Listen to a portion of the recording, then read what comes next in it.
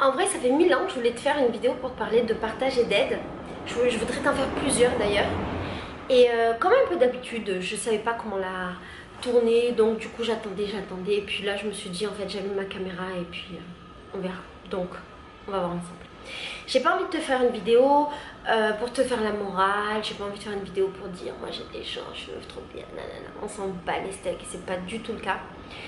J'ai pas envie de te dire qu'est-ce que tu dois faire, mais je voudrais juste t'expliquer plutôt comment moi je fais et qu'éventuellement ça puisse t'inspirer si toutefois il y a un terrain fertile à l'inspiration, c'est-à-dire si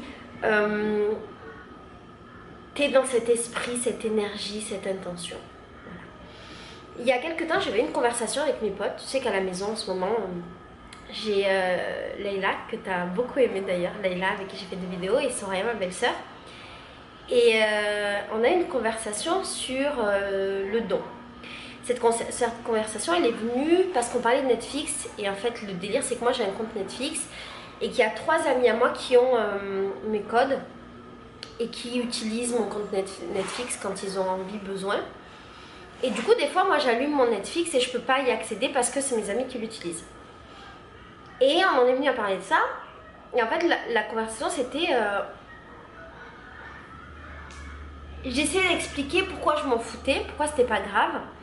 Et à ce moment-là de la conversation, mais ça a évolué après, à ce moment-là de la conversation, les filles comprenaient pas très bien mon délire parce qu'elles me disaient, mais Laetitia, si tu payes tous les mois Netflix et que tu le partages avec des gens et que ces gens-là l'utilisent quand toi tu en as besoin, tu payes pour rien, c'est chiant et du coup t'as pas ce pourquoi tu payes. Ah voilà, et Leïla expliquait que elle, le problème qu'elle avait rencontré à un moment donné de sa vie, c'est que les gens avaient partagé son compte avec beaucoup de monde et qu'au bout d'un moment, elle ne pouvait plus utiliser son ex fixe et que ça devenait chiant. Voilà, c'était ça, le postulat de départ. Et en fait, moi, ce que je leur disais, c'est que quand j'allume mon Netflix et que c'est mes potes qui sont connectés, je sais exactement qui c'est parce que j'en fais une notification pour me dire où est-ce qu'il y a une connexion dans le monde. Et comme il y a une personne en Suisse, une personne à Paris et une personne ailleurs dans le monde, c'est facile. Et en fait, je m'en fous un peu. C'est-à-dire que si j'allume et qu'il n'y a pas la personne connectée, je me dis ok, ben, je regarderai plus tard. Et les filles ne comprenaient pas mon délire. Elles disaient oui, mais si tu as envie, si tu es calé chez toi, tu as envie de regarder un film ou une série, tu es deg parce que ton envie du moment, elle ne peut pas être satisfaite. Tu as envie de regarder un truc, tu payes pour ce truc, tu travailles pour payer pour ce truc et tu l'as pas. Je comprends. Je leur expliquais que moi j'ai un mode de fonctionnement un petit peu différent et qu'en fait j'accepte facilement les situations. Bon là c'est Netflix, on s'en fout, on va pas parler que de ça pendant tout le long de la vidéo. Mais dans le cadre de Netflix par exemple, voilà, j'accepte la situation, je me dis bah si je peux pas regarder une série, bah, je vais faire autre chose. Et je m'en fous un peu. Et qu'au contraire je suis plutôt contente quand mes amis l'utilisent et ça ne me viendrait pas à l'esprit de marronner. Et de là on est parti sur une autre conversation où on parlait du don et je leur expliquais en fait ma manière de penser, comment je donne. Et j'aimerais le partager avec toi. Je sais pas si c'est intéressant. Encore une fois, je vais pas faire la meuf genre je fais plein de trucs dans ma vie, machin. Parce qu'on s'en bat les steaks en fait de savoir ce que je donne, à qui, comment, pourquoi. Mais je voudrais te parler de l'intention que j'y mets. En fait, pour moi, il est plus intéressant de donner des choses qu'on aime et qui nous tiennent à cœur de ouf plutôt que de donner des trucs dont on n'a pas besoin. Alors, on est souvent amené à donner des trucs dont on n'a pas besoin. Par exemple, à quelqu'un dans la rue, on va donner 1 ou 2 euros, 3 euros parce qu'on n'est pas dans le besoin financier au point que ces 2-3 euros soient hyper vitaux pour qu'on vive, pour qu'on mange à notre faim. On va donner les affaires dont on n'a plus besoin, les habits, les meubles, les machins. On va donner... des trucs qu'on n'aime pas, mais généralement on va moins donner des choses dont on a besoin. Je vais essayer de te donner plusieurs exemples de choses que j'ai fait, mais c'est pas encore une fois pour faire la meuf qui se vante, c'est mon modèle de vie, c'est comme ça que je fonctionne. Et en fait pour moi c'est naturel et en discutant avec les gens je me rends compte que c'est pas forcément naturel. Et donc partant de là, du moins commun. Par exemple là c'est très intéressant d'en discuter. Je me souviens d'une fois, ça m'a marqué. mais on va y aller. Ça m'a marqué. Et ça a été quelque chose d'important dans mon acte de donner.